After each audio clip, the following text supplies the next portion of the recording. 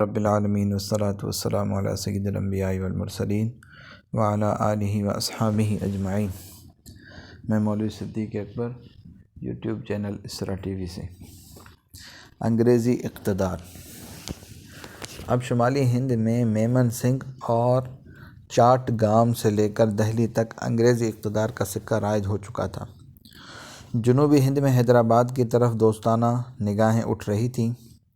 ٹیپو سلطان اور مرہٹے مخالف تھے، مگر بدقسمتی سے یہ دونوں آپس میں دست و گریباں تھے۔ انگریزوں نے پہلے میسور کا رخ کیا، مرہٹوں کو کچھ تھپک کر خاموش کیا۔ نظام کی فوجیں ساتھ لیں، میر صادق وغیرہ سلطان کے غدار ساتھیوں نے خفیہ ساز باز کر لی۔ اب ایک مارکے کی ضرورت تھی جس میں اس شیر بیشائے حریت کو سب طرف سے گھیر کر شہید کر دیا جائے۔ 4 مئی 1799 عیسوی اس صوبے کی کامیابی کی آخری تاریخ تھی۔ دن کا 1 بجا تھا کہ جنگ آزادی کے اس شیر دل کمانڈر نے اپنے مخصوص جانصاروں کے ساتھ، جن میں فدائے وطن خواتین بھی تھیں، انگریز حملہ آوروں کی مدافعت شروع کی۔ سب طرف سے گھر جانے کے باوجود ماہ مئی کی دہکتی ہوئی گرمی میں بھوکے پیاسے 7 گھنٹے کی جنگ کے بعد غروب آفتاب کے وقت اس بہادر سلطان نے پیڑیاں جمے ہوئے ہونٹوں کو جام شہادت سے تر کیا اور تاریخ جبر و قہر کی پیشانی پر خون شہادت سے یہ فقرہ لکھ دیا: شیر کی زندگی کا ایک لمحہ گیدڑ کی 100 سالہ زندگی سے بہتر ہے۔ مگر جب لارڈ ہارس نے سلطان کی خون آلود لاش دیکھی تو اس کا نعرہ یہ تھا: آج ہندوستان ہمارا ہے۔ 18ویں صدی عیسوی کا خاتمہ۔ 18ویں صدی کی شام کو ہندوستانی عظمت کا آفتاب غروب ہو رہا تھا۔ غلامی کی شب تاریک تیزی سے پورے ملک پر چھا رہی تھی۔ انگریزی اقتدار کی صبح صادق نمودار ہو رہی تھی۔ اب آزادی وطن کی سونی بزم میں صرف مرہٹی اقتدار کی ایک ٹمٹماتی شمع باقی تھی۔ لال قلعے میں جو کچھ اجالا تھا وہ اسی کا عکس تھا۔ ایک چراغ شمالی مغربی علاقے میں بھبک رہا تھا۔ یہ راجہ رنجیت سنگھ کا عروج تھا۔ مسلمانوں کی تمام قابل ذکر طاقتیں ختم ہو چکی تھی۔ جو ختم نہیں ہوئی تھی مفلوج ہو کر انگریزی اقتدار کے سامنے سر جھکا چکی تھی۔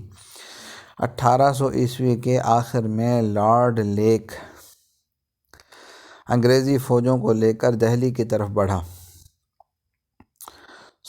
سیندھیا کی فوجیں شاہی اقتدار کی محافظ تھیں، وہ سینہ سپر ہوئیں، مگر انگریز کی فوجی طاقت مرہٹوں کی قوت ایثار سے بہت زیادہ بڑھی ہوئی تھی۔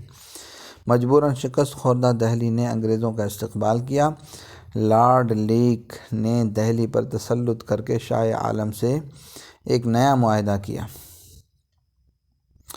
سیندھیا پیچھے ہٹا تو ہلکر اور امیر خان آگے بڑھے، مگر دہلی کے محاذ پر ان کو بھی شکست ہوئی تو سکھوں کی بہادری کا صدقہ لینے کے لیے پنجاب پہنچے۔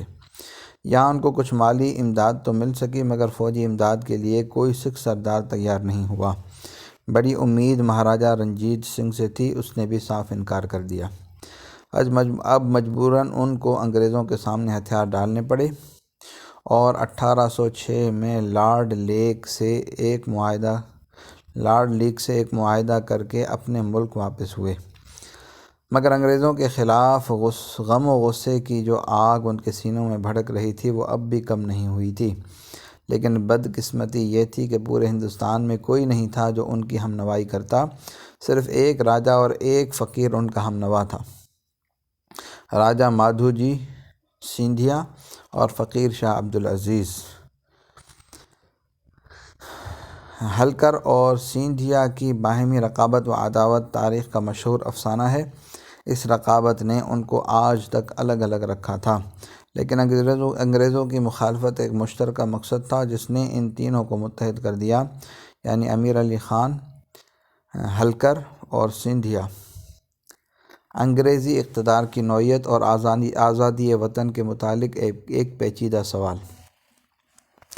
1765 میں جب کہ پٹنہ اور بکسر کی جنگ میں شجاع الدولہ اودھ اور شاہ عالم کو شکست ہو چکی تھی تو فوراً ہی دہلی پر قبضہ کر لینا بھی مشکل نہیں تھا، کیونکہ انگریزوں کی فوجی طاقت اتنی ترقی کر چکی تھی کہ وہ آسانی سے یہ پروگرام کامیاب کر سکتے تھے، مگر انگریزوں کی پالیسی یہ تھی کہ مرنے والوں کو اپنی موت مرنے دیا جائے، اس کو گولی کا نشانہ بنا کر بلا ضرورت کارتوس خراب نہ کیا جائے۔ چنانچہ انگریز مدبرین وہ زہریلے نسخے تو استعمال کرتے رہے جو مرض کو مہلک بنا کر موت کو یقینی کر دیں، مگر اس کے روادار نہیں ہوئے کہ فوجی قوت کے ذریعے 1 سال بعد مرنے والے کو آج ہی ختم کر دیں۔ ان کے تجارتی مقاصد کا تقاضا بھی یہی تھا کہ زر اندوزی اور ملک گیری کے وہ راستے نہ اختیار کریں جن سے عوام میں بددلی پیدا ہو۔